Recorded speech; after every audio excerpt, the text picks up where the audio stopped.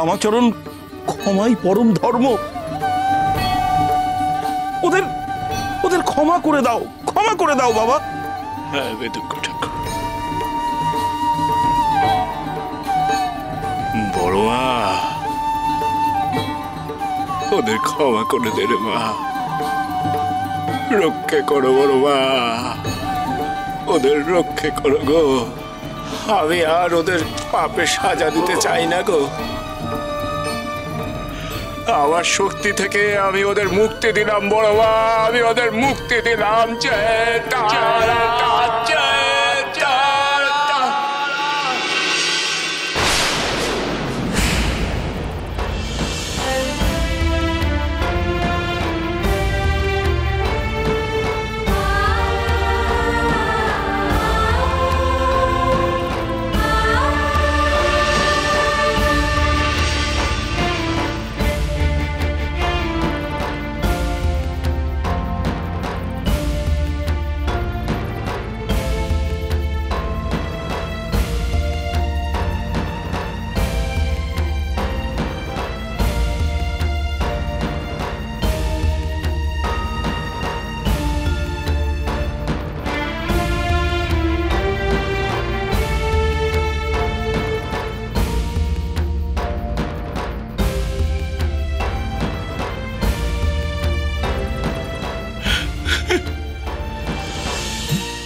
ক্ষমা করুন বামদেব বাবাদের, ক্ষমা করুন।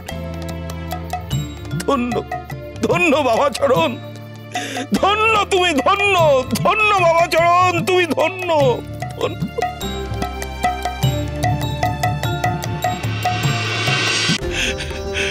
আমি অধম, আমি অতি লোভী, আমি লোভের বশবর্তী হয়ে আমার শিষ্য শিষ্যাদের প্রলুব্ধ করেছিলাম।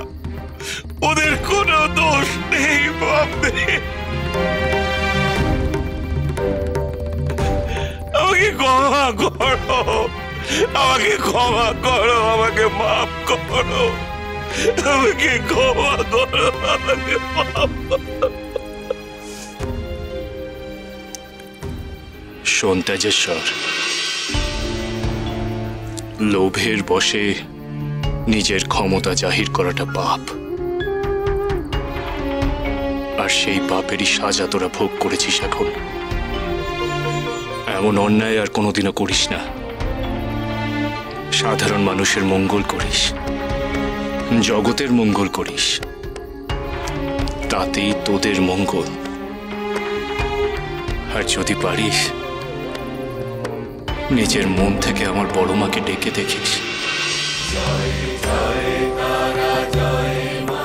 নিজের হৃদয়ের অন্তর থেকে সমস্ত অসাধু চিন্তা ছেড়ে ফেলে নিজের হৃদয়ের অন্তর থেকে শুদ্ধ চিত্তে একবার আমার বড় মাকে ডেকে বলিস, তারা, জয় তারা,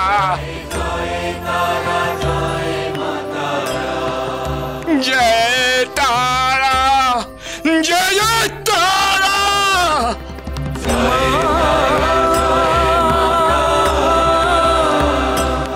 তবেই দেখবি শান্তি,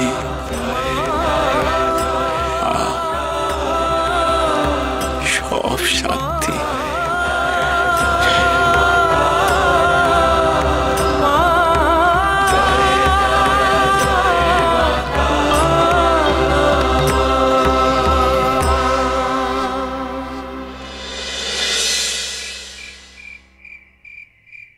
কি হলো? এখন এমন কাচুমাচু মুখ করে দাঁড়িয়ে আছেন কেন?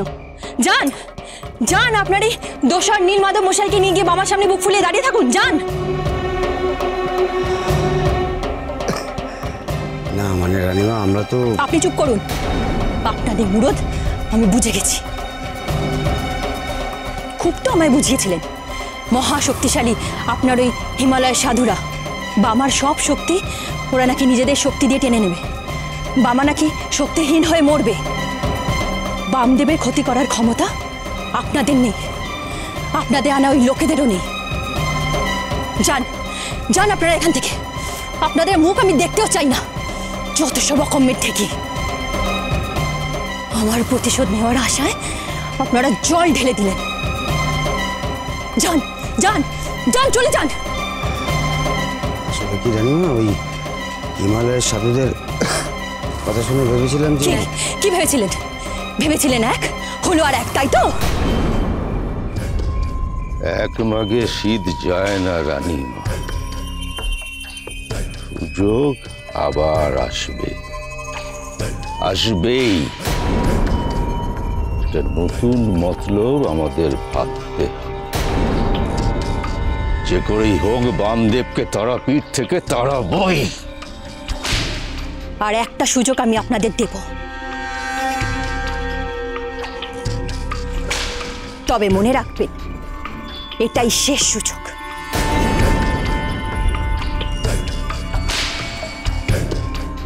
হয় আপনারা বামদেবকে মারবেন, না হলে নিজেরা মরার জন্য প্রস্তুত থাকবেন।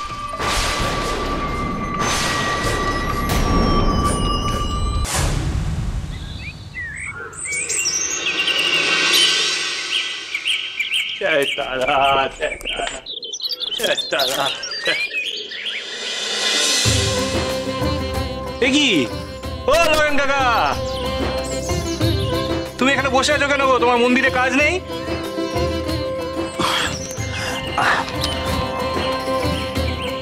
কাজের কি আর শেষ আছে গো ঠাকুর?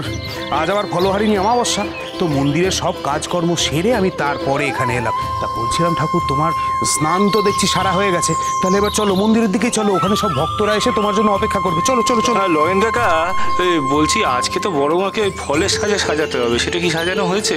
হ্যাঁ, সব সারা, শুধু তোমার যাওয়া বাকি। ওদিকে রানীমা, ছোট কুমার সবাই বোধহয় এতক্ষণে এসেও পড়েছেন, শুধু তোমার জন্য অপেক্ষা করছে। এখন চলো তো দেখি, চলো। লগেন কাকা, বলছিলাম যে আজকে তো খালি বড় মার পুজো করলে চলবে না গো, সাথে তো বাবা ভোলানাথের পুজোও তো করতে হবে, তাই না? তার পুজোর কি ব্যবস্থা হয়েছে? বললাম না, সব ব্যবস্থা সারা, আমি সব ব্যবস্থা করে তারপরে এখানে এলাম। এখন তুমি চলো তো দেখি, চলো। না লগেন কাকা, বলছিলাম যে ঠাকুর, তোমার যা প্রশ্ন করা সব পরে করো না, পথে যেতে যেতে করো, এখানে কেন সময় নষ্ট করছো? চলো, ভক্তরা সব অপেক্ষা করছে তোমার জন্য। চলো চলো চলো চলো চলো।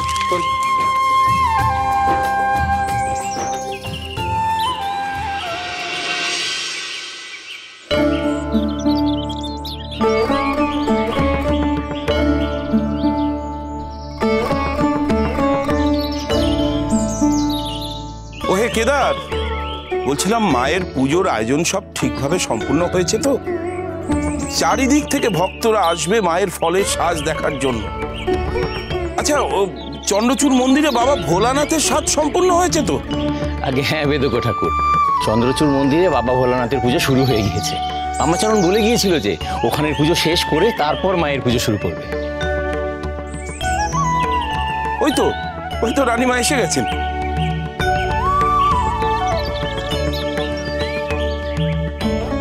বেদক ঠাকুর, মায়ের জন্য বেনারসি শাড়ি এনেছে। আজ এই শাড়ি পরেই মায়ের পুজো হবে। অপূর্ব, ফলের সাজে মাকে খুব সুন্দর লাগছে। সত্যি ছোট রানীমা, মাকে দেখে আজ মন ভরে গেল। বেদক ঠাকুর, পুজো কখন শুরু করবেন? বেলা তো হয়ে যাচ্ছে। বামাচরণের জন্য অপেক্ষা করছি, বামাচরণ এলেই পুজোয় বসবে। আপনাদের এই বামদেব ঠাকুরের পেছন ধরা রোগটা ছাড়ুন তো। হরিহর, সংযত হও, বাজে কথা বলা বন্ধ করো। বাজে কথা বলছি না। কে এই বামদেব ঠাকুর যে তাকে ছাড়া মায়ের পুজো হবে না? হ্যাঁ, ঠিকই তো, হরিহর পান্ডা একদম ঠিক বলেছে। ভেবে দেখুন রানীমা, কে এই বামদেব ঠাকুর? এই মন্দিরে আশ্রিত ছাড়া তো আর কিছু না। হরিহর, কার সম্বন্ধে তুমি কি বলছো তার কোনো জ্ঞান নেই তোমার। আর তোমরা এটা ভেবো না বামার বিরুদ্ধে তোমরা কথা বলবে আর তাতে আমি প্রশ্রয় দেব।